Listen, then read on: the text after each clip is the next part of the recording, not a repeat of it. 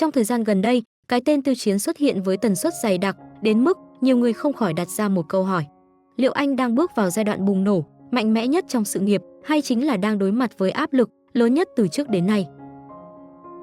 Hôm nay, chúng ta sẽ cùng tìm hiểu sâu hơn về tình hình sự nghiệp của Tiêu Chiến trong thời điểm hiện tại.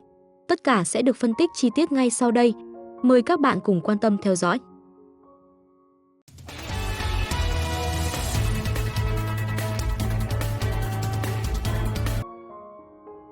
Không phải ngẫu nhiên mà cụm từ liền mạch và đoàn lại trở thành từ khóa được nhắc đến liên tục khi nói về lịch trình của anh. Nếu nhìn lại toàn bộ hành trình từ cuối năm 2025 đến đầu năm 2026, có thể thấy rõ một điều. Đây không còn là sự bận rộn thông thường, mà là một guồng quay công việc gần như không có điểm dừng. Mọi thứ bắt đầu từ tháng 10 năm 2025 khi Tiêu Chiến tham gia dự án phim truyền hình đề tài y khoa Tiểu Thành Lương Phương. Đây là một dạng vai diễn yêu cầu sự ổn định, tiết chế và khả năng tạo cảm giác chân thực. Bởi nhân vật bác sĩ không chỉ cần thể hiện chuyên môn mà còn phải truyền tải được sự tin cậy và chiều sâu cảm xúc. Quá trình quay kéo dài nhiều tháng, cho đến tháng 2 năm 2026 mới chính thức đóng máy. Thông thường, sau một dự án dài hơi như vậy, diễn viên sẽ cần thời gian nghỉ ngơi để hồi phục. Nhưng với Tiêu Chiến, khoảng nghỉ gần như không tồn tại. Ngay sau đó, anh tiếp tục hoàn thành các công việc liên quan đến dự án phim gián điệp Điệp báo Thượng Bất Phong Đỉnh.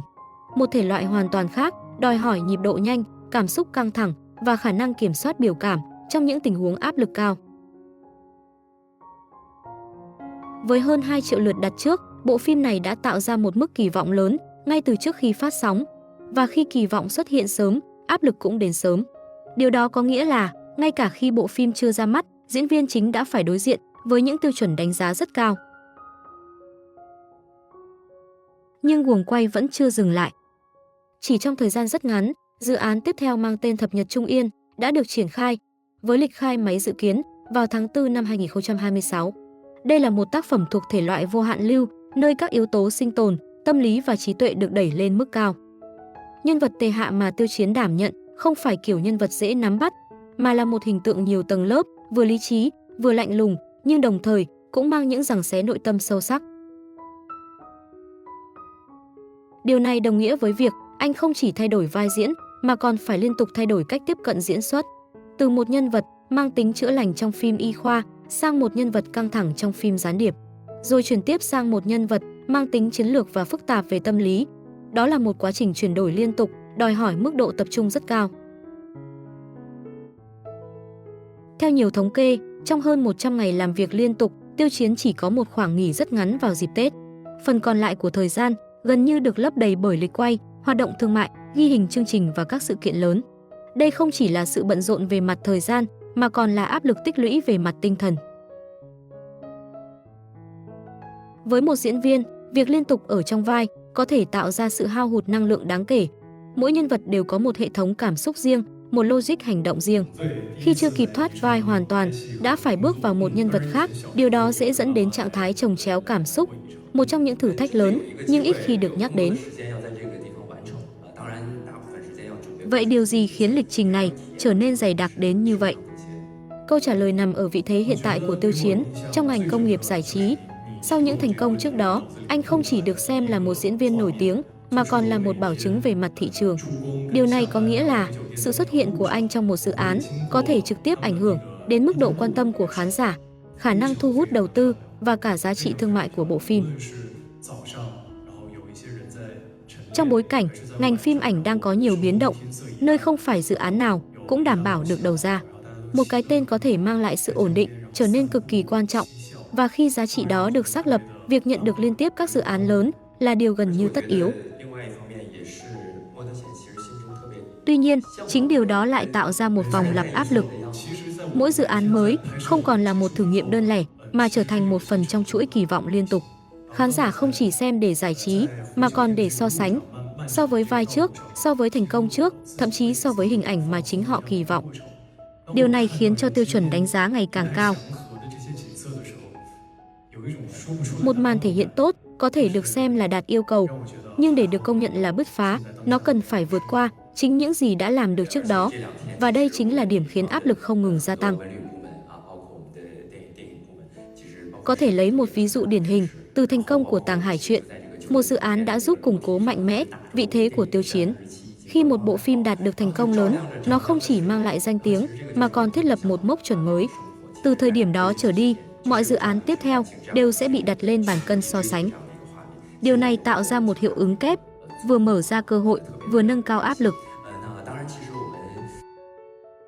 Bên cạnh đó, chiến lược lựa chọn vai diễn của Tiêu Chiến cũng cho thấy một hướng đi rõ ràng. Không lặp lại chính mình.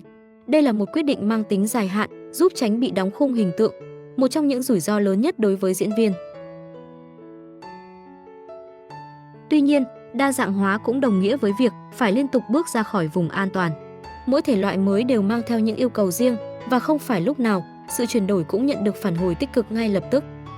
Chính vì vậy, phản ứng của khán giả trở nên đa chiều.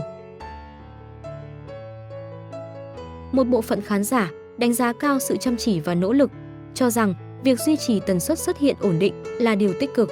Trong bối cảnh thị trường nhiều biến động, việc liên tục có tác phẩm mới giúp giữ vững sự hiện diện và sức hút. Nhưng một bộ phận khác lại lo ngại về tính bền vững. Họ đặt câu hỏi liệu cường độ làm việc như vậy có thể duy trì trong bao lâu và liệu chất lượng có bị ảnh hưởng khi thời gian chuẩn bị rút ngắn. Đây không chỉ là câu chuyện của riêng Tiêu Chiến mà còn phản ánh một xu hướng rộng hơn trong ngành giải trí hiện đại, nơi tốc độ đôi khi được ưu tiên hơn chiều sâu.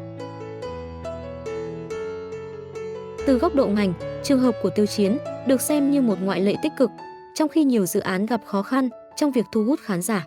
Những dự án có sự tham gia của anh vẫn giữ được mức độ quan tâm cao.